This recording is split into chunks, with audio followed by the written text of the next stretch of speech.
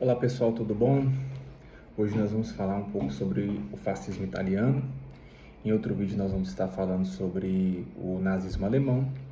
Em um terceiro vídeo nós vamos estar falando sobre a nazificação da Alemanha e os eventos que antecedem a Segunda Guerra Mundial. Nesse primeiro vídeo, portanto, nós vamos estar explorando a questão da Itália, o cenário da Itália pós-Primeira Guerra, pós-Tratado de Versalhes. Em um primeiro momento, vocês devem saber que a Itália estava ao lado dos aliados como potência vencedora. Porém, diferentemente do que foi prometido nos tratados ali ao longo da Primeira Guerra, o Tratado de Versalhes não concedeu os territórios que a Península Itálica desejava.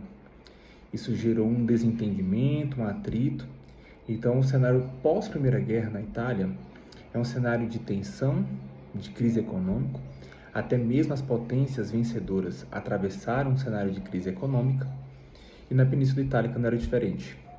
É justamente nesse cenário de convulsão social, de ascensão de movimentos sindicalistas, de movimentos de esquerda, de movimentos nacionalistas, de greve, de paralisação, é que a gente observa a ascensão do movimento fascista. Em específico, com a figura de Benedetto Mussolini, que em 1919 ele vai criar os Fatti de Combattimento, os chamados Camisas Negras. Esse grupo, que a princípio nasce como um movimento de manifestação política, usava violência como um instrumento de força, principalmente para oprimir seus opositores, sindicalistas, comunistas, anarquistas, e que naquele momento era um movimento que se identificava muito mais com visões nacionalistas. Existe um grande debate até hoje dentro da historiografia, de onde se encaixa o fascismo. Existem aqueles que vão defender o fascismo como uma visão de esquerda, existem outros que vão defender como ultradireita, mas aqui a gente precisa entender os processos. Eu não quero trazer para a nossa aula aqui esse debate e terminar numa euforia. A gente precisa compreender as dimensões do fascismo dentro desse cenário entre guerras e na Segunda Guerra. Em 1919 é criado, portanto, esse movimento e em 1921 ele se consolida como partido político, que a princípio começa a tentar cadeiras dentro do parlamento italiano.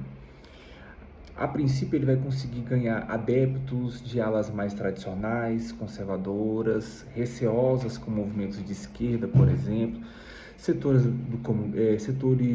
do capitalismo urbano vão começar a apoiar esse movimento. Em 1922 nós vamos ter a marcha sobre Roma, uma marcha que tem mais ou menos 50 mil homens fardados, com suas fardas negras. E a princípio existiam assim, duas ideias. Talvez a gente consiga um golpe de Estado se parte da população apoiar. Talvez não, mas é um movimento que demonstrava força. É um movimento que demonstrava sua capacidade de potência.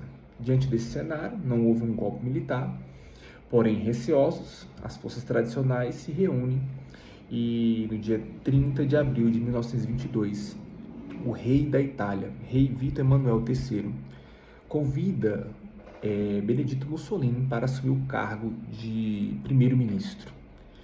Ao assumir o cargo, Benedetto Mussolini começa a tomar algumas posturas no sentido de centralizar o poder. Inicialmente havia uma tentativa ali de coalizão com forças mais tradicionais, conservadoras. A sua oposição é clara aos movimentos de esquerda. Nesse processo aí existiu várias críticas por parte de movimento de esquerda em relação a fraudes, etc. e tal. Então nós vamos observar que em 24, após a ascensão dele de 1922, um deputado socialista chamado Giacomo Matteotti, ele foi assassinado. Esse episódio gerou uma comoção nacional e uma comoção internacional. Várias reações.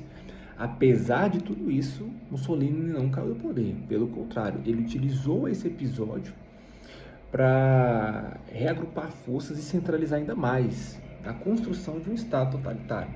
Então, entre 1925 e 1929, Mussolini ele transforma a Itália em um Estado totalitário, no sentido de, por meio de leis, suspender os demais partidos políticos, só havia permissão para o partido fascista, a criação de uma polícia secreta para perseguir opositores, um controle estatal dos sindicatos e o poder concentrado no Duce. Ele passa a assumir o título de Duce a partir de 1929. Mussolini, portanto, adota algumas posturas centralizando. A gente pode, por exemplo, citar a Carta del Lavoro, ou Carta do Trabalho, publicada em 1927. Esse documento regulava os direitos trabalhistas, adotava uma postura corporativista do Estado. Os sindicatos agora eles não são órgãos independentes, eles estão dentro do corpo do Estado, e o Duce, o líder do Estado, ele tem autonomia nas lideranças, na escolha de lideranças desses sindicatos. A economia é um modelo econômico capitalista domesticado, intervencionista, desenvolvendo a indústria nacional. Então, a gente começa a observar esse tipo de desenvolvimento. Em 1929, a gente tem um impacto da crise de 29. Ela chega até a Itália, vai gerar vários desempregos, etc. e tal. E é justamente nesse cenário que o fascismo italiano começa a ganhar novos contornos, desenvolver a sua postura política cada vez mais centralizada.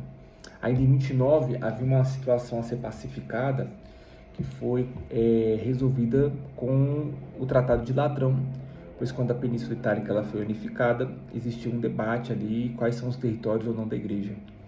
Esse tratado entre Mussolini e, na época, o Papa resolveu então a situação. Os estados papais foram consolidados, as regiões, no caso ali a criação do Vaticano, assim como a indenização foi paga para a Igreja Católica. Com isso, parte da sociedade que era católica passou, de certo modo, a apoiar também o regime fascista. Ao longo da década de 30, a política fascista procurou uma expansão. O objetivo era de criar a grande Roma. Os regimes fascistas eles tinham essa pretensão em criar uma grande estrutura.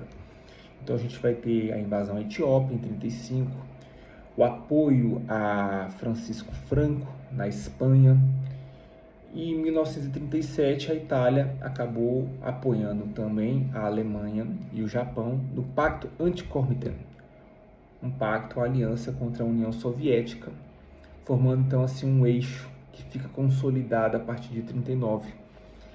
Esse eixo, essa aliança política, militar e econômica entre a Alemanha, Japão e Itália. Então aqui a gente entende mais ou menos um panorama do crescimento e do desenvolvimento do fascismo na Itália, sobre a figura de Benedito Mussolini.